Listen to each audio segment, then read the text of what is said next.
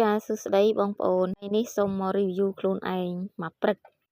ថ្ងៃនេះថ្ងៃកូនអត់បានទៅរៀនផងណាបងប្អូនក្រោកឡើងមិនដឹងជាសន្ទុយទៅសន្ទុយទេបើកូនប្រុសពៅកូនចិញ្ចឹមរបស់ខ្ញុំទៅរៀនត្រូវងើបឡើងជូនទៅរៀនបន្ទាប់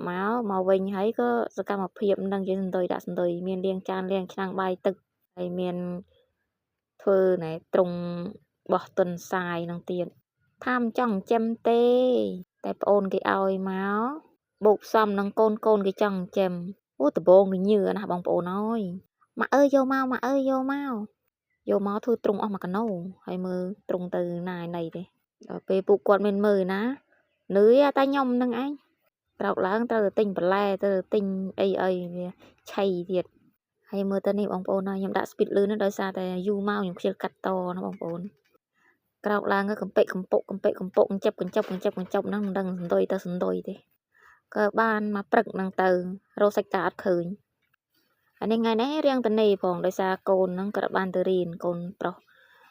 កូនចិញ្ចឹមខ្ញុំនៅផ្ទះហើយកូនប្រុសបើកូនប្រុសបកើតហ្នឹងក៏ទៅរៀនបាត់ហើយបានលុយ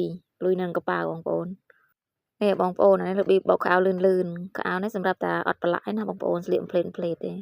ស្លៀកផ្លេតខ្ជិលញីដៃញីអីលេងឡើងជន់យកដាក់ស្ប៊ូចិនយកហ្មងទៅបងប្អូនដាក់ស្ប៊ូបើកទឹកចិនយកហើយក៏យកមកសម្រោះទុកហាល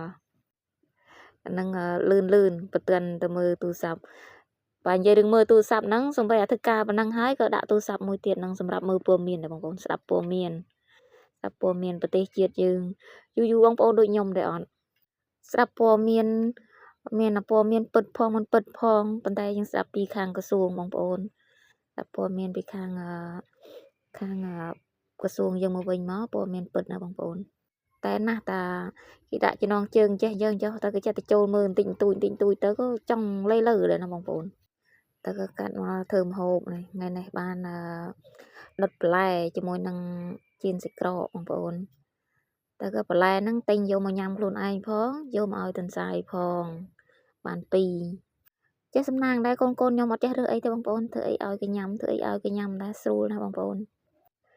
ហើយរាល់ថ្ងៃហ្នឹងតែម្នាក់ឯងហ្នឹងមិនដឹងចែងខ្លួនទៅណាទេយូរទៅក៏មិនដឹងរកស៊ីអីដាក់អីទេពេលវេលាហ្នឹងមកធ្វើការងារផ្ទះបន្តិចបន្តួចនេះអស់ហើយក៏អស់ឲ្យបានពីស្តុបមិនទាន់បានធ្វើមកវិញចានេះមានដលងស្ងោឲ្យកូនញ៉ាំពេលថ្ងៃដោយសារគាត់បានទៅរៀនទៅក៏ស្ងោទួយគាត់ញ៉ាំហើយក៏ដើរមកដាក់ចំណីទន្សាយដើរដាក់បន្លែឲ្យបន្តិចតែមិនដែរអត់កាហ្វេទេបងប្អូនណាព្រឹកឡើងពុំបានកាហ្វេទេមិនដឹងទេហើយក៏មានផាកូគេមកជួយមើលដែរណោះឃើញស្រឡាញ់សាយជាងយំបានទេសូម្បីឆ្កែក៏ចេះចំណែនគ្នាលោកអើយលោកអានេះវីដេអូរឿងវែងដោយសារតែខ្ញុំហ្នឹងខ្ជិលកាត់តណាបងប្អូនហើយនេះមកដុតបន្លែបងប្អូន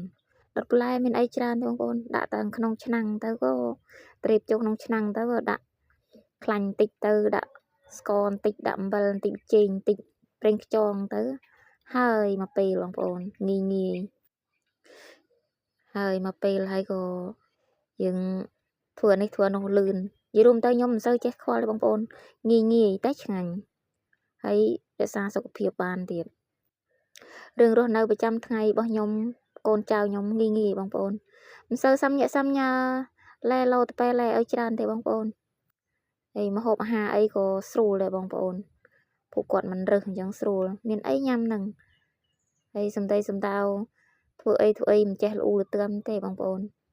សំខាន់ឲ្យតែមានវត្តមានខ្ញុំនៅផ្ទះពួកគាត់សប្បាយចិត្តណាស់រាល់ដងនឹងនៅផ្ទះមិនដើររស់ស៊ីថ្ងៃបាត់យប់ឃើញតែឥឡូវនេះបានសម្រាប់ខ្លះដោយសារកូនស្រីនឹងឲ្យសម្រាប់